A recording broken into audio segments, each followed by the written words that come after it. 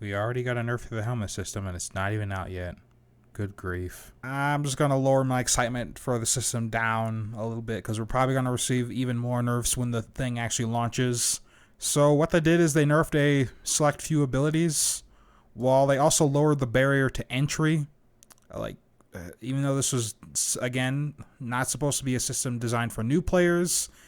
And I think the MR15 barrier for the helmet system was fine considering how powerful the system was, but now it's been lowered to 8. So you can access the system at MR8. I honestly revert this change. 15 was fine considering that I know most of the player base was 8 or below. I think the average MR was 8. But I think 15 is perfectly reasonable considering it's something people have to work towards, which means people are going to be playing more. But then after lowering the barrier to entry, again, not supposed to be designed for new players, we've already receiving some nerfs to some abilities. So first, let's talk about Rhino's Roar. They diminished the damage increase. Now, Rhino's Roar, albeit it's a good, consistent damage buff, it's not crazy. It's just the numbers specifically are not crazy. For example, if I want to put, like, say, 300% power strength or something like that on Rhino's Roar, so 300, that's a 150% bonus damage. Now, I think the only way this is kind of crazy is on paper, because the wacky way this is coded. The way Rhino's Roar is coded is coded as a Bane, an all factions Bane. Of course, Banes will double dip with gas, but gas isn't very good anymore, so like who cares, honestly. Again, it takes a lot of power strength just to get this to a decent number.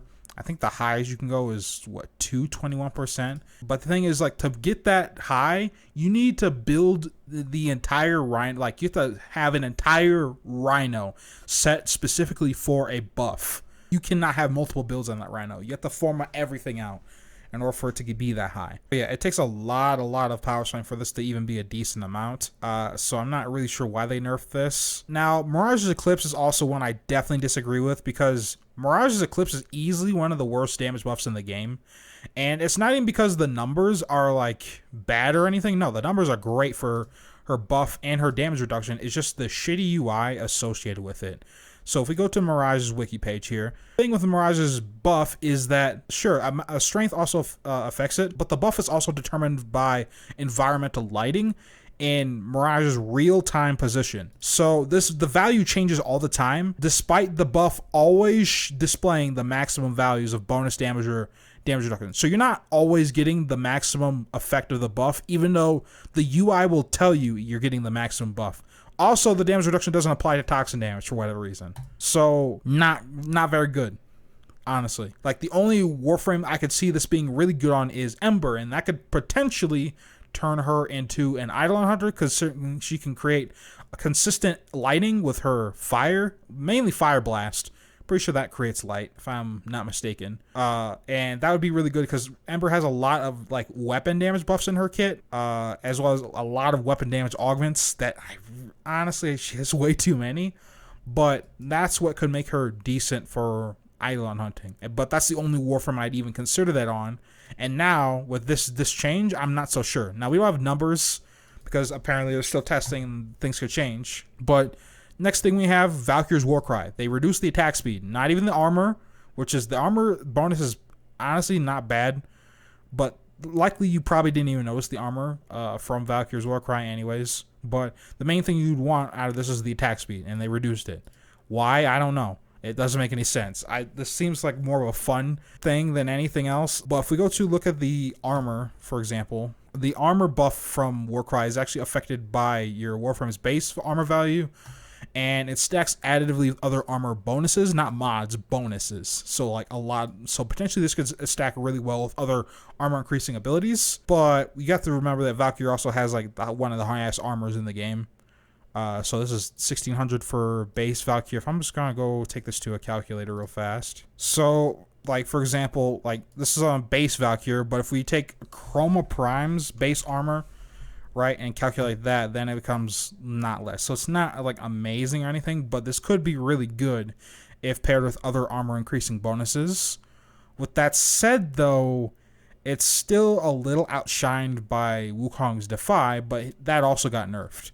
And you see down here it says armor capped, but The armor of Defy was already capped at like 1500, so I'm not sure what they did here, what this means.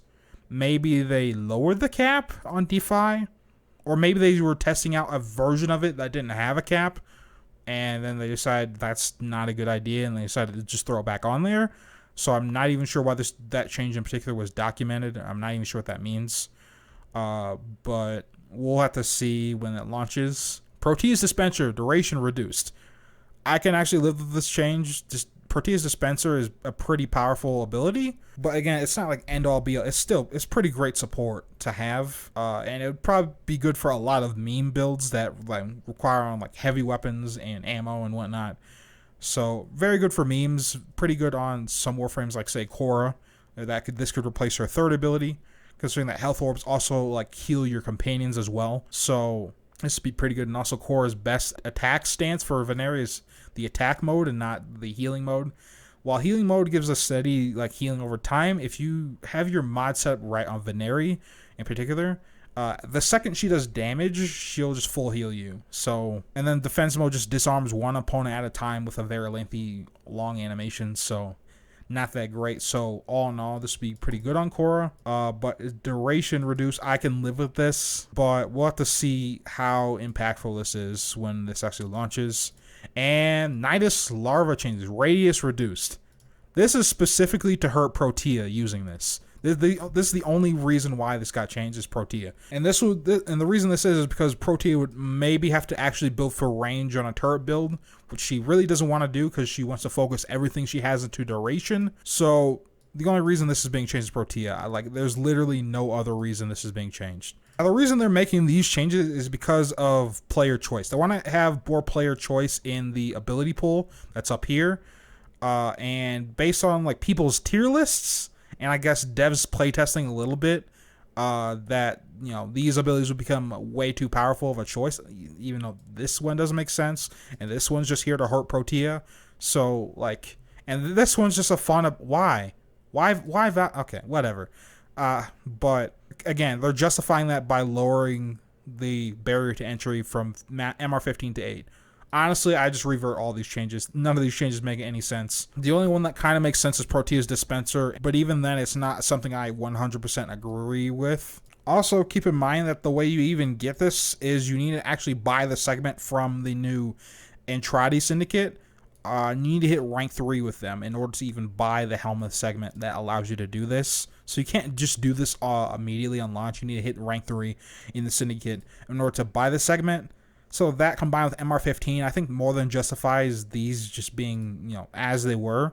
But I understand a little bit about the player choice things, but I just bring the other things up in power for the most part. Because, these aren't even that crazy to begin with. Again, Mirage Eclipse is not very good. A Rhino, it takes a lot of power strength for that to be decent anyways. So, I guess we'll see how the update turns out. I'm not excited anymore. I'm depressed now. But, yeah. Anyway, guys, that's all for me. I want to thank you guys for watching. Hope you guys enjoyed. And I'll catch you guys next time. Peace.